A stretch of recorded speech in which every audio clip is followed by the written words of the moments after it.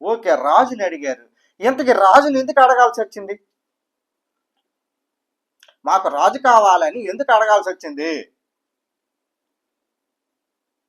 చూడండి, అదే దాంట్లోనే కాదు, 4 చదువున్నాను, అందులోనే 4వ వచనం. ఇశ్రాయేలు పెద్దలందరూ కూడి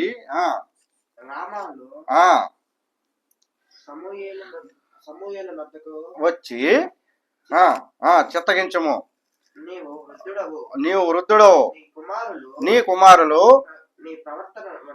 నీ ప్రవర్తన వంటి కలుగువారు కారు, కనుక సకల జనులు మర్యాద చొప్పున మాకు ఒక రాజును నియమింపుము. హల్లెలూయా. వీళ్ళు ఎట్లాంటి వాళ్ళంట? వీళ్ళు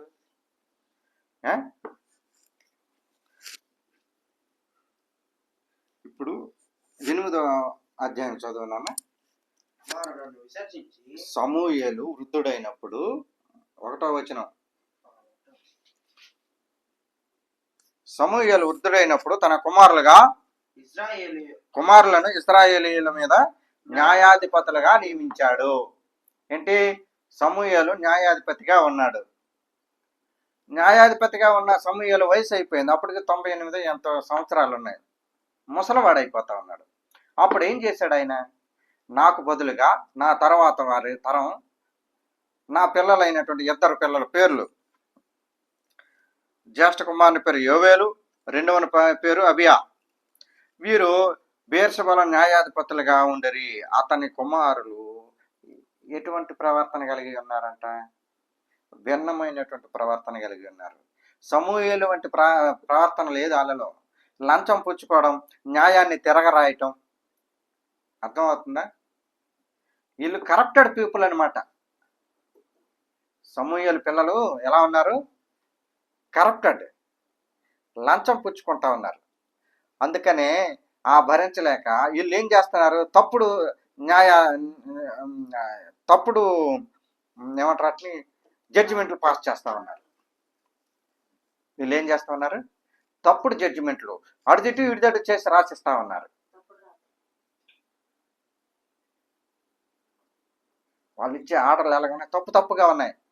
అది భరించక వీళ్ళు వచ్చి ఏమంటున్నారు? అయ్యా, నీ పిల్లలు నీ వంటి వారు కాదు, నీ ఇతర కొడుకులు వాళ్ళకి ధనాపేక్ష కలిగిన వాళ్ళు, వాళ్ళకి ధన వ్యామోహం ఎక్కువ, వాళ్ళకి నీతి న్యాయముల గురించి తెలియదు, దేవుని గురించి అంత భక్తి శ్రద్ధలు లేవు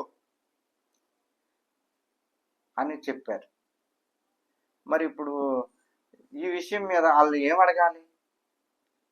ఇప్పుడు వీళ్ళకి భక్తి శ్రద్ధ లేదు, వీడు అవినీతి పరుడైతే పెద్దలు వచ్చి సమూయేలుని ఏం అడగాలి?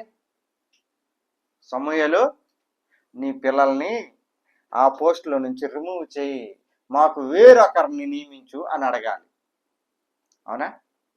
ఇప్పుడు ఆ న్యాయాధిపతి పోస్టులో ఉన్నది 2 కొడుకులు కదా.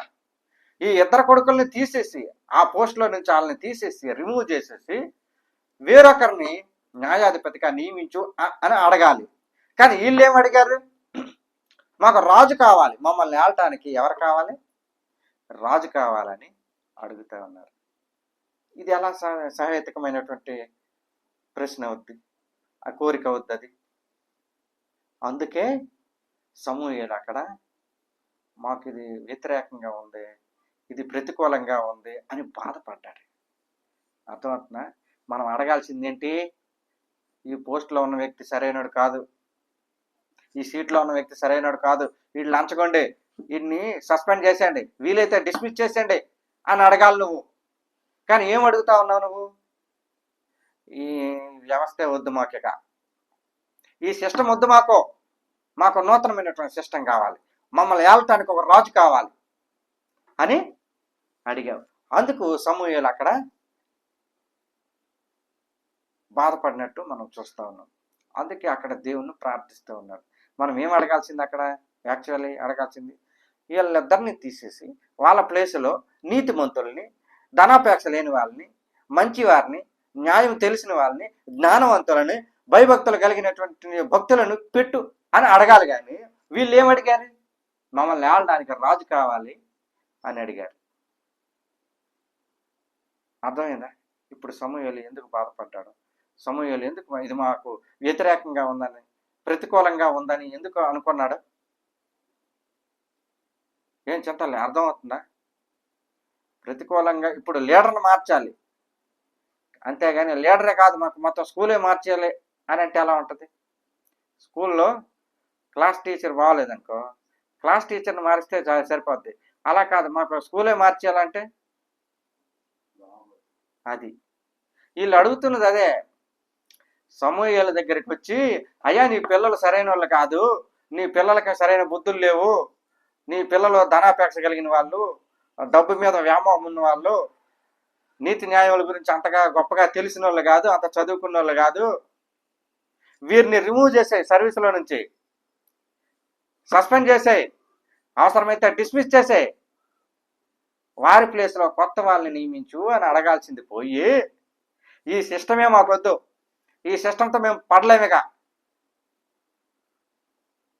మమ్మల్ని ఏలటానికి, మా రాజ్యాన్ని పరిపాలించడానికి రాజు కావాలని అడిగారు. అందుకు నొచ్చుకున్నాడు. అక్కడ సమూయేలే కాదు, దేవుడు కూడా బాధపడుతున్నట్టు ఈ అధ్యాయంలో మనకి తెలుస్తూ ఉంది.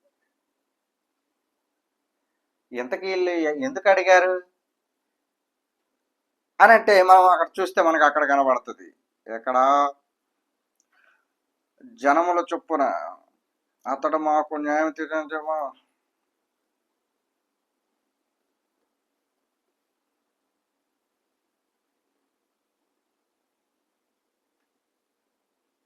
ఆ రకంగా దేవుణ్ణి విసర్జించటం జరిగింది.